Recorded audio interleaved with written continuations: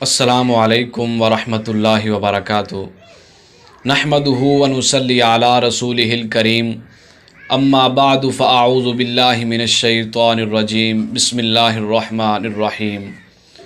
رب اشرح لی صدری ویسر لی امری واحلل عقدۃ من لسانی یفقہوا قولی۔ قل ان کنتم تحبون اللہ فاتبعونی یحببکم اللہ۔ آ جائے گا تجھے جینے کا کرینہ اقبال، تو سرور کونین کے فرمان پڑھا کر۔ معزز سامعین، امید ہے کہ آپ سب خیر و عافیت سے ہوں گے۔ آج سے ہم ایک باقاعدہ سیشن کا آغاز کر رہے ہیں، جس میں میری کوشش ہوگی کہ روزانہ کی بنیاد پر 2 یا 3 احادیث مع ترجمہ و مفہوم آپ کے سامنے بیان کی جائیں، اور اس انداز میں بیان کی جائیں کہ اگر سننے والا اس کو یاد بھی کرنا چاہے تو وہ بآسانی اس کو یاد کر سکے۔ چونکہ رسول اللہ صلی اللہ علیہ وسلم کی زندگی ہمارے لیے ایک بہترین نمونہ ہے، کیونکہ قرآن کہتا ہے لَقَدْ كَانَ لَكُمْ فِي رَسُولِ اللَّهِ أُسْوَةٌ حَسَنَةٌ، کہ بے شک رسول اللہ صلی اللہ علیہ وسلم کی زندگی تمہارے لیے بہترین نمونہ ہے اور ہمیں اس کو فالو کرنا ہے۔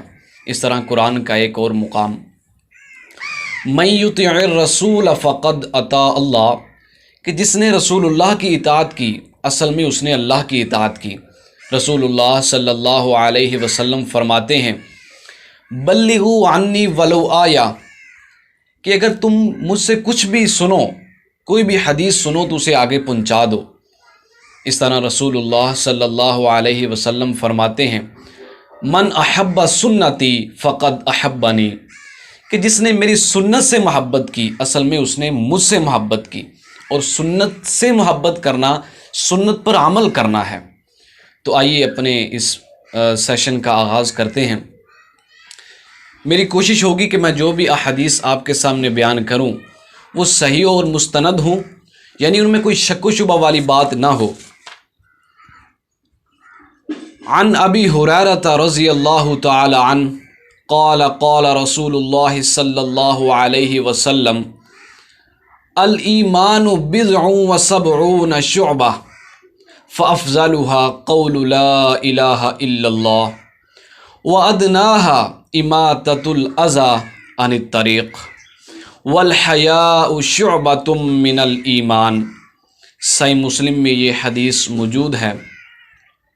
سیدنا ابو ہریرہ رضی اللہ تعالی عنہ سے روایت ہے کہ رسول اللہ صلی اللہ علیہ وسلم نے فرمایا ایمان کی 70 سے زیادہ شاخیں ہیں، اور ان میں جو افضل شاخ ہے وہ لا الہ الا اللہ کا کہنا ہے، اور ادنا شاخ جو ہے وہ کسی بھی چھوٹی سے چھوٹی چیز کو جو کہ تکلیف دینے والی ہے اس کو راستے سے ہٹا دینا ہے، اور حیا ایمان کی اہم شاخ ہے۔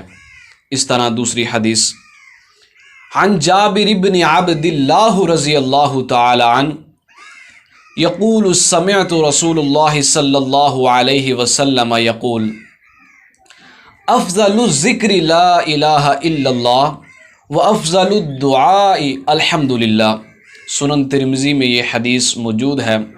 سیدنا جابر بن عبد اللہ رضی اللہ تعالی عنہ فرماتے ہیں کہ میں نے رسول اللہ صلی اللہ علیہ وسلم کو یہ ارشاد فرماتے ہوئے سنا کہ تمام اذکار میں سے جو سب سے افضل ذکر ہے وہ لا الہ الا اللہ ہے، اور تمام دعاؤں میں سے جو افضل دعا ہے وہ الحمدللہ ہے۔ یعنی لا الہ الا اللہ افضل اس لیے ہے کیونکہ پورے دین کا دار و مدار جو ہے وہ اسی پر ہے۔ اس کے بغیر نہ ایمان صحیح ہوتا ہے اور نہ ہی کوئی مسلمان بنتا ہے۔ الحمدللہ کو افضل دعا اس لیے کہا گیا ہے کیونکہ اللہ کی تعریف کا مطلب ہی یہ ہے کہ ہم اس سے مانگ رہے ہیں۔ جب ہم دعا کرتے ہیں تو اس کا مطلب ہی یہ ہے کہ ہم اللہ سے سوال کر رہے ہوتے ہیں۔ تو آج کے لیے اتنا ہی، اجازت چاہتے ہیں، اللہ نگہبان۔